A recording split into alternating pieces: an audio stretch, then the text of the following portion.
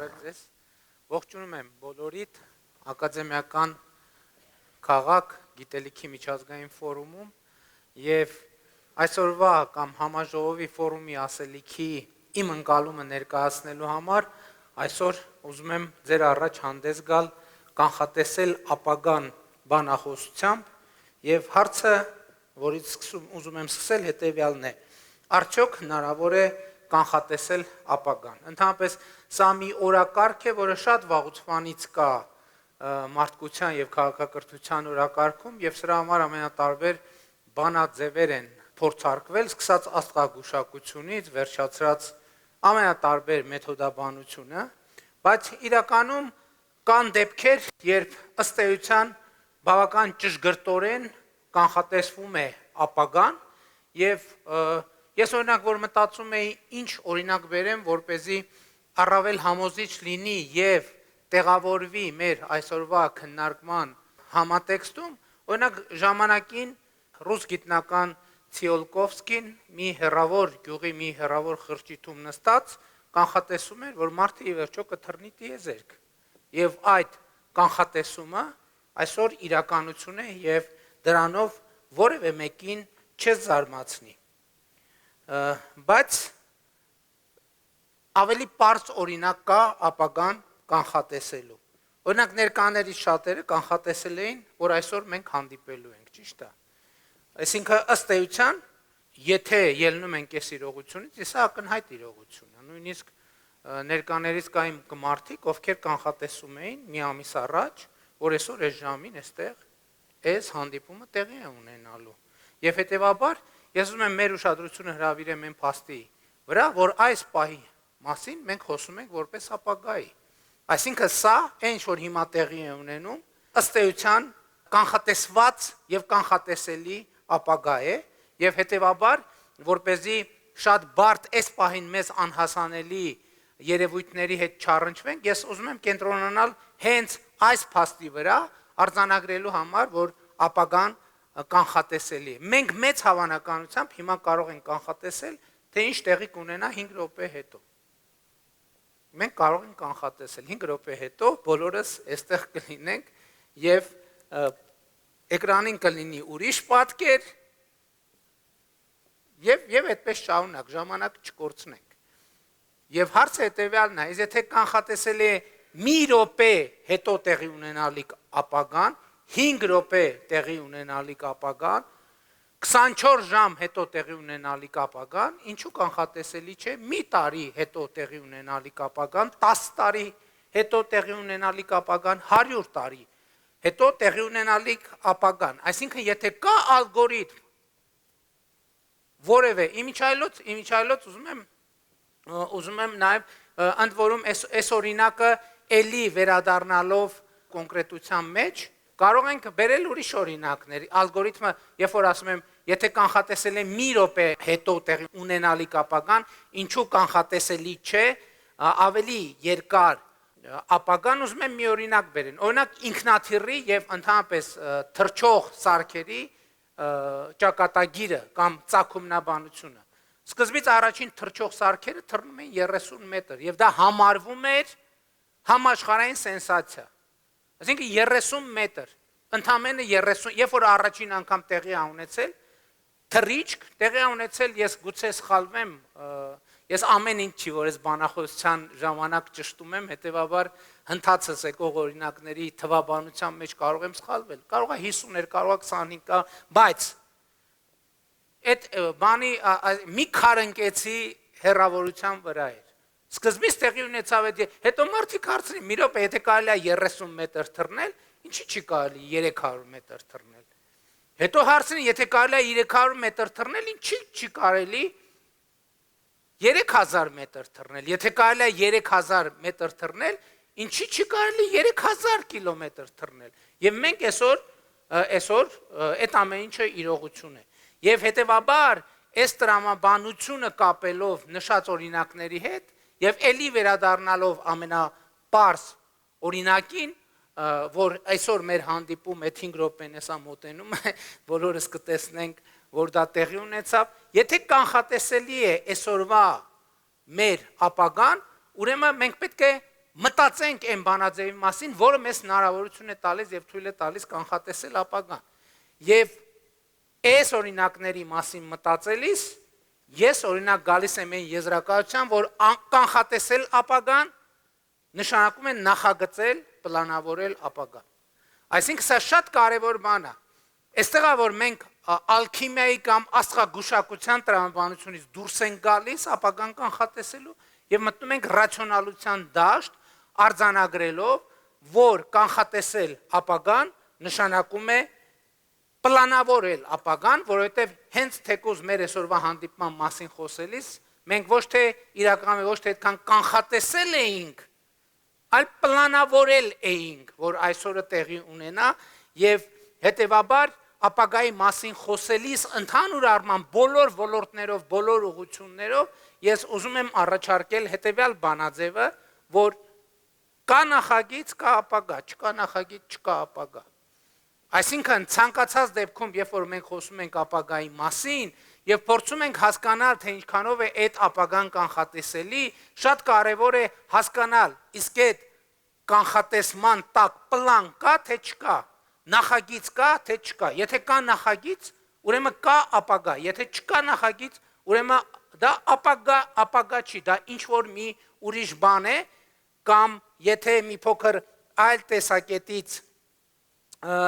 ընկալենք իրականությունը, կարող ենք արձանագրել հետեւյալը, որ ապագան այսպես թե այնպես գալու է։ Այսինքն չկա տենց իրավիճակ, երբ որ ապագան չկա։ Այլ հարց է, թե ապագան, որը եկավ, ինքը համապատասխանում է մեր պլանավորումներին, մեր ցանկություններին, մեր նախագծերին, թե ինքը ուղղակի ինչ որ ուրիշ մեկն է պլանավորել, որովհետև ես մտածում եմ, որ գուցե այստեղ էլի մտնենք ինչ որ էզոթերիկ դաշտ, եթե ապագան եկել է ինչ որ մեկ այդ ապագան պլանավորել է։ Հարցը այն է, մենք դրանում դեր ունեցել ենք, թե դեր չենք ունեցել։ Ես այս վերջերս քաղաքական մակարդակում իհարկե շատ խոսում եմ դրա մասին, ասելով, որ այո, Հայաստանի Հանրապետությանը ապագան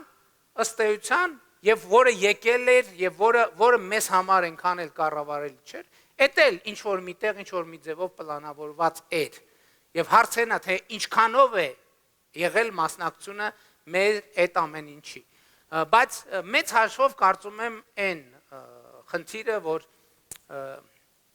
ոլորտային, գլոբալ ապագաները կանխատեսելի են, այդ խոսույթը եւ իրականությունը շատ թե քիչ ընկալված է։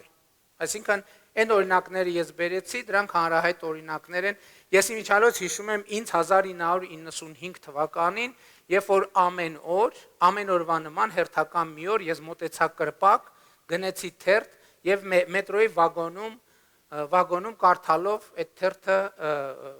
գնում էի աշխատանքի եւ ես հիշում եմ մի փոքր շատ առաջին էջում փոքր մի լուր, որտեղ ասում էր, որ շուտով գալու են ժամանակներ, երբ որ մարդիկ հեռախոսով խոսելիս տեսնելու են իրենց։ Երբ որ մարդիկ լուրեր են կարդալու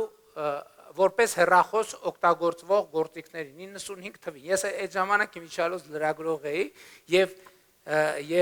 ըստ էության սկսնակ լրագրող եւ թերթ տպելը ինձ համար տեխնոլոգիական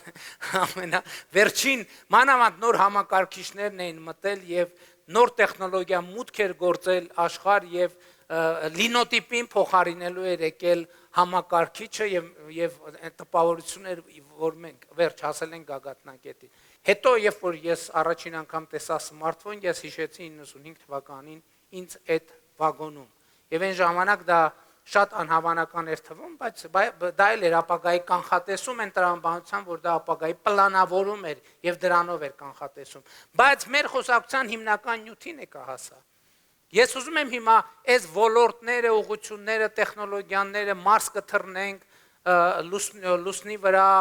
տեղի կունենա, հետեւյալը ասուպների վրա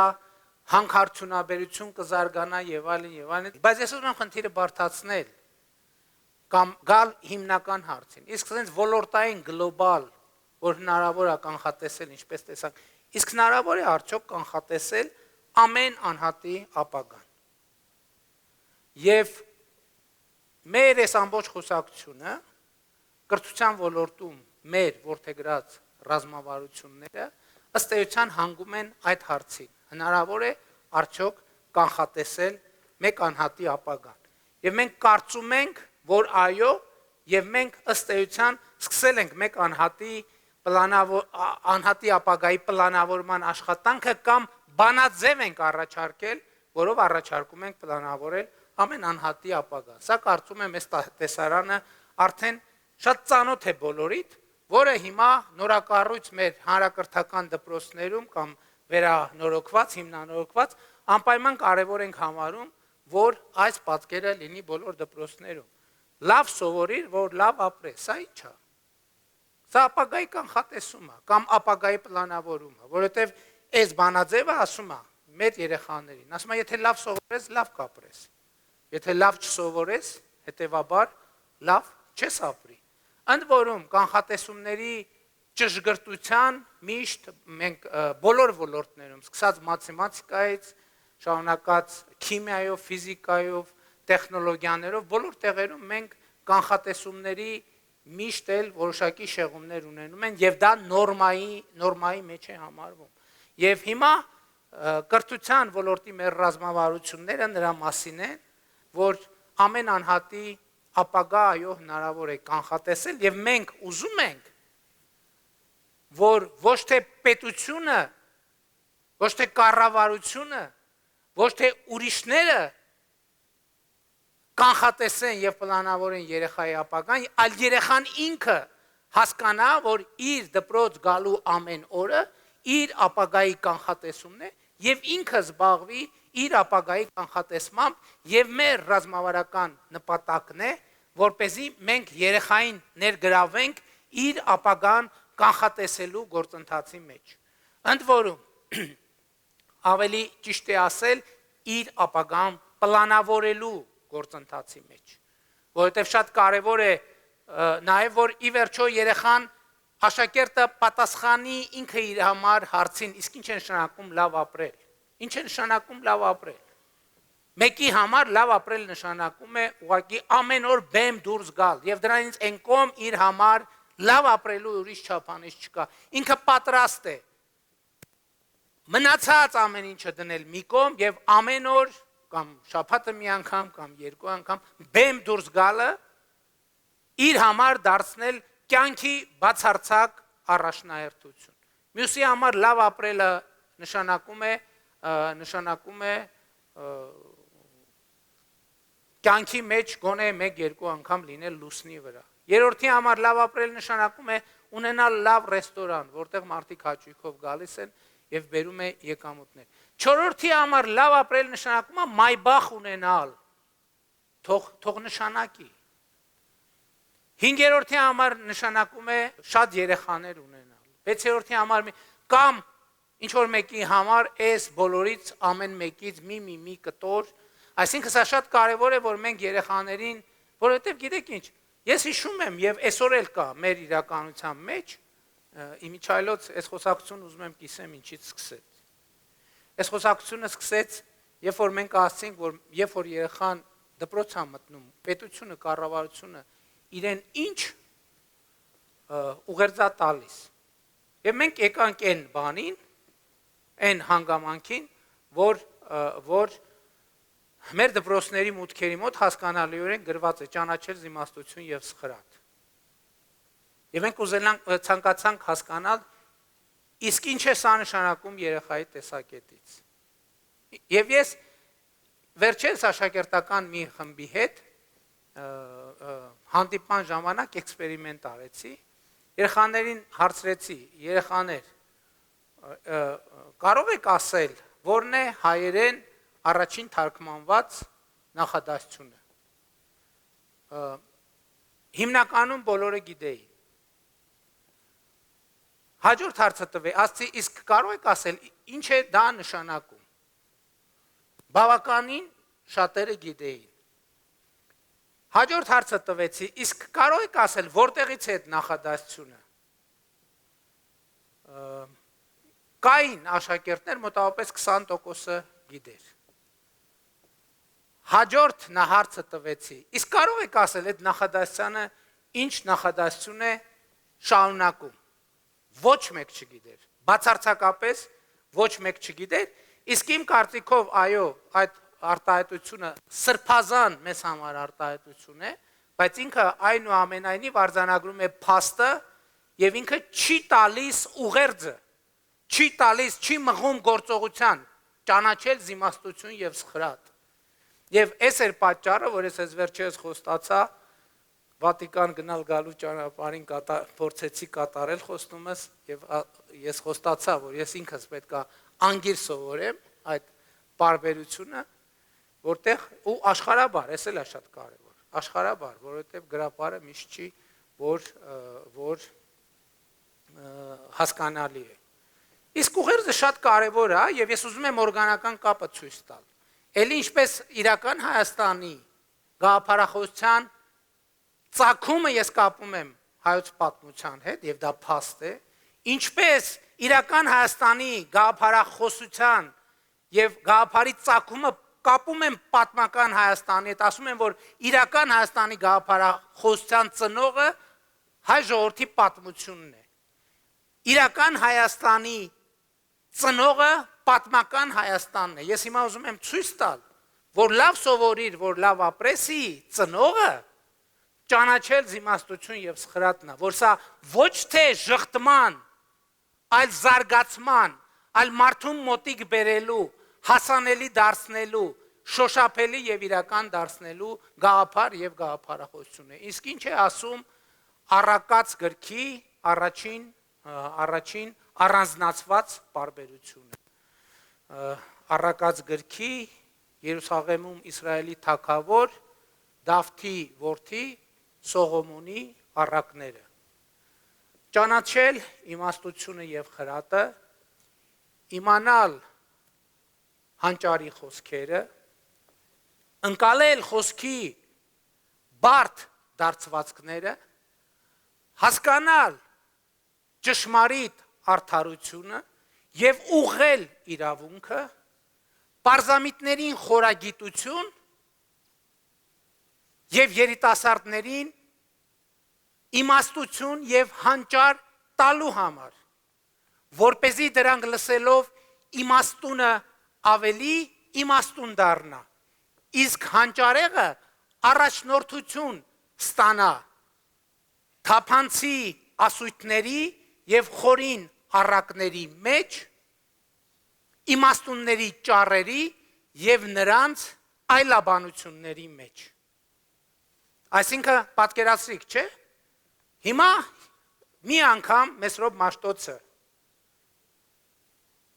ճանաչել զիմաստություն եւ սխրատը, թարգմանել է հայերեն, երկրորդ անգամ այս նախադասությունը 20-րդ դարում գրաբարից թարգմանվել է աշխարհաբար, 21-րդ դարում կրթության, գիտության, մշակույթի եւ սպորտի նախարարությունը այն թարգմանել է վերածելով ուղերձի։ Այդ ուղերձը հետևյալն է. լավ սովորիր, որ լավ ապրես, եւ լավ սովորիր, որ լավ ապրեսը երեխայի ապագայի կանխատեսման եւ պլանավորման մասին է, բայց ավելին, ինչա կրթությունը հարգելի ներկաներ։ Կրթությունը անհատի ապագայի կանխատեսման հարթակ է։ Ես երեք որտեղ էր դպրոցներից մեկի բացման ժամանակ, ես ասացի մի միտք կիսեցի լսարանի հետ, տնօրենների եւ ուսուցիչների հետ, ասացի, եթե ես ասեմ, որ ձեզանից յուրաքանչյուրը կարող է գրեթե 70-80% ճշգրտությամբ կանխատեսել, թե ինչ է տեղի ունենալու շրջանավարտի կյանքում, այսինքն ինչ կյանք է անցնելու։ Ես շատ կսխալվում եմ, թե չէ։ Ես զգացի, որ ուսուցիչները դահլիճում գլխով էին անում, եւ դա այդպես է, եւ դա այդպես է։ Դպրոցի շրջանավարտին ուսումնասիրելով, մենք կարող ենք ճշգրիտ կանխատեսել նրա հետագա կյանքը։ Կարող ենք կանխատեսել նրա բարեկեցության աստիճանը, հանրային դիրքը, իր հարաբերությունները հանրության մյուս անդամների եւ այլն եւ այսպես շարունակ։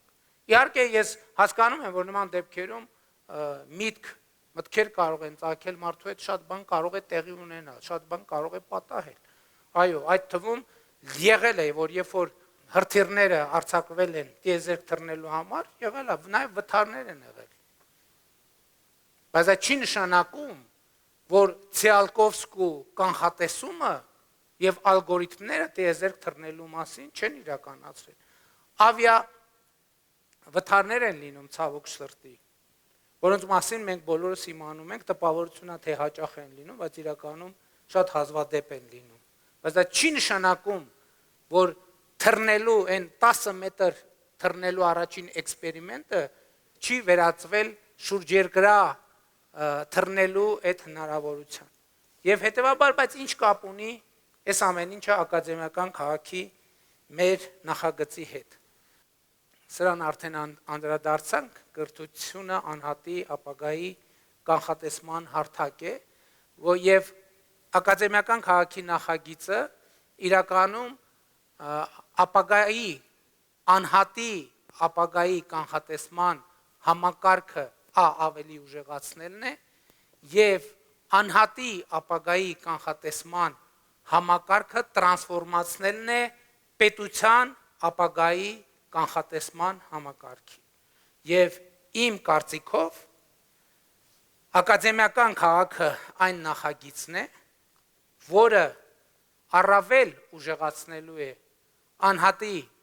ապագայի կանխատեսման բանաձևը, եւ դա ուզում եմ մեր ուշադրությունը հրավիրել, որ ակադեմիական քաղաք նախագծի շատ կարևոր բաղադրիչ մասերն են ավագ դպրոցները։ Եվ մենք պլանավորում ենք, որ այնտեղ պետք է ունենանք արվեստների ավագ դպրոց, տեխնոլոգիաների ավագ դպրոց, բոլոր ուղղություններով ավագ դպրոց։ Ինչի գաղափարը նրանում է, որ հանրապետության ամենաաչքի ընկած երեխաներին մենք հնարավորություն տանք միջանկյալ փուլում ավելի մոտիկ գտնվել բարձրագույն եւ հետբուհական կրթությանը եւ ինչալոց ամենատաղանդավոր բառը ուզում եմ ես մեկնաբանել մեր հավատը եւ համոզմունքն է այն, որ յուրաքանչյուր երեխա բացառիկ տաղանդ է, առանց բացառության յուրաքանչյուր երեխա բացառիկ տաղանդ է եւ կրթական համակարգի դերը եւ նշանակությունը երեխայի տաղանդը բացահայտելն է, երկրորդը զարգացնելն է։ Երբ որ մենք Սասունիքում կամ նորաբաց դպրոցներ ենք գնում, մասնավորապես Լուսակն գյուղում, որտեղ երբեք դպրոց չի եղել, այդ գյուղի պատմության ընթացքում առաջին անգամ մենք ունենք դպրոց։ Մենք մտնում ենք քիմիայի լաբորատորիա եւ ես այնտեղ տեսնում եմ ամենատարբեր սարքավորումներ, մանրադիտակներ եւ այլն, քիմիայի լաբորատորիայում։ Եվ ես հարցնում եմ մեր գործընկերներին կամ առաջարկում եմ միտք մեր գործընկերներին։ Ասում եմ կրթության հասանելիության գաղափարը նրանում է, որ եթե որևէ մեկը Լուսակն գյուղից պետքա դառնա քիմիկոս, նա քիմիկոս դառնալու հնարավորություն ունենա։ Այն փաստը, որ Լուսակն գյուղում չի եղել դպրոց եւ չի եղել քիմիայի լաբորատորիա, ինձ եւ մեզ բոլորից հնարավորություն է տալիս վարկած առաջարկել, որ առնվազն մի քանի խոշոր քիմիկոսներ այդ լաբորատորիայի պատճառով չեն կարողացել, ուղղակի օբյեկտիվ շանս չեն ստացել քիմիկոս դառնալու եւ ներողություն եմ խնդրում հոռետեսական գնահատականի համար եւ գուցե այդ պատճառով նրանց մի մասը հենց այսօր հենց հիմա գտնվում է քրեակատարողական հիմնարկում։ Ես ասում եմ մի բան, որը շատ տեսական է, բայց ցավոք ինքը իրական լինելու շատ մեծ հնարավորություն ունի։ Եվ հետևաբար ակադեմիական քաղաքը այս նախագիծը մեզ համար առաջինը անհատի կյանքի պլանավորման համակարգը Հայաստանում ամբողջական դարձնելն է, ընդ որում մենք դպրոցների մասին խոսեցինք, մանկապարտեզների մասին չխոսեցինք, որովհետև մեր ընկալումն այն է, որ մենք ասում ենք կրթությունը ցկյանս գործառույթ է։ Ցկյանս ասելով միշտ մտածում ենք, որ հասուն մարդը միջև իր օրվա վերջը պետքա իր կյանքի ավարտը պետքա սովորի։ Բայց սովորելը իրականում, երբ որ երեխան ծնվում է, ինչ է անում ինքը ամենասկզբից, ինչով է ինքը զբաղված։ Ինքը սովորում է։ Երեխան ծնվելու հաջորդ պահից սովորում է։ Նա հայտնվում է իր համար անծանոթ աշխարհում եւ սկսում է հետազոտել, ինչա տեղի ունենում այդ աշխարհում։ Առաջին գործողությունը, որ նա անում է, սկսում է սովորել շնչել։ Նա սկսում է, բնազդով է սովորում, բայց բնազ, էտելա չէ, շատ բաներ կա, որ մենք այո, կրթությունը պետք է հասցնի բնազդային մակարդակի։ Օրինակ, բարեկրթությունը պետք է հասցնել բնազդային մակարդակի։ Պետք չէ բարեկիրթ անհատ դաստիարակել այդ արտադրությունը ինքը նոնսենս է, որովհետև ինչպես շնչել է, այնպես էլ բարեկրթությունը պետք է հասնի բնազդային մակարդակի։ Պետության ընկալումը եւ քաղաքացիության զգացումը պետք է հասնի բնազդային մակարդակի եւ այլն եւ այսպես շարունակ։ Հաջորդիվ երեխան նա հետազոտում է, այս մարդիկ ոնց են ինֆորմացիա փոխանակում իրար։ Տեսնում ա, որ ինչ որ բերանները բացում, փակում են, ժեստեր են անում, այդ ամեն ինչ սովորում է։ Եվ մենք երեխա կյանքը անկախ նրանից մենք պլանավորում ենք թե չէ, ամբողջ process-ը կյանքը ինքը սովորելու գործընթաց է։ Եվ հետևաբար մեր խնդիրը այդ սովորելու գործընթացը, կրթության գործընթացը դարձնել առավել ինստիտուցիոնալ, դարձնել առավել նպատակադրված, դարձնել ավելի առավել ինֆորմացված։ Եվ նույնը վերաբերվում է երկրի կյանքին, եւ իմ կանխատեսումը այն է, եւ մեր պլանավորումը այն է, որ ակադեմիական քաղաքը դառնալու է գրավիտացիոն կենտրոն Հայաստանի Հանրապետության կյանքի համար, բոլոր ոլորտների կյանքի համար, որը կանխորոշելու է կյանքի ընթացքը Հայաստանի Հանրապետությունում, անհատական մակարդակով, խմբային մակարդակով, համայնքային մակարդակով եւ պետական մակարդակով։ Եվ ուզում եմ ամփոփելով անդրադառնալ հետեւյալ հարցին։ Շատերը ասում են, ինչ իրականանալու է ակադեմիական քաղաքը, թե չի իրականանալու։ Ակադեմիական քաղաքը իրականանում է։ Այն չի կարող պարզապես չիրականանալ։ Ես ուզում եմ էլի կանխատեսելով ապագան խոսույթի ներքո մեր ուշադրությունը հրավիրել ամենաթերևս կարևոր հանգամանքներից մեկում։ Մեր բոլոր լավ եւ վատ արարքները նախ տեղի են ունենում մեր գլխում, մեր մտքում։ Այսինքն չկա մեր կյանքում տեղի ունեցող մի բան, բացի հազվադեպ սպոնտան ինչ որ դրսևորումներից, բայց մեկ այդ սպոնտան դրսևորումները իրենց արտահայտությունը գտնում են մեր ենթագիտակցության մեջ։ Չկա մի այդպիսի բան, որ նախ մեր մտքում տեղի չունենա։ Ես ինչու եմ համոզված, որ ակադեմիական քաղաքի նախագիծը կայանալու է, մենք ունենալու ենք նախատեսված վայրում, նախատեսված ձևով ակադեմիական քաղաք, որովհետև մեր մտքում ակադեմիական քաղաքը արդեն գոյություն ունի, կա, մենք ապրում ենք դրանով, բայց նաև շոշափելի գոյություն ունի, այս տարի մինչև տարեվերջ մենք կընդունենք ակադեմիական քաղաքի մաստեր պլանը եւ ընդ որում ակադեմիական քաղաքի շուրջ մեր աշխատանքը նաև վերափոխեց ինչ որ բան ստեղծելու, կառուցելու մասին մեր պատկերացում, այդ թվում մեր միջազգային գործընկերների շնորհիվ։ Ես ասում եմ, մեր օրինակն եմ բերում, որ այլ տպավորություն չստացվի։ Հայաստանում կառուցված տների մոտավորապես 80-85%-ը առանձնատների մասին է խոսքը, ոնց է կառուցվել։ Դե մի օր երեկոյան նստած ենք, հաց ենք ուտում, երկու բաժակե խմած ենք, ասում ենք, բա նա տուն չկառուցենք, իհարկե կառուցենք։ Արդեն գուցե հաջորդ առավոտ կամ առաջիկա շաբաթ կիրակի արդեն աշխատանքներ տեղի են ունենում, բետոնը արված է, լցված է եւ այլն, շատ արդեն տանիքը դրեցինք եւ այլն, երբ որ գալիս է այդ տանը ապրելու պահը, այդ ժամանակա, որ մենք հասկանում ենք, որ այնուամենայնիվ տուն կառուցելը,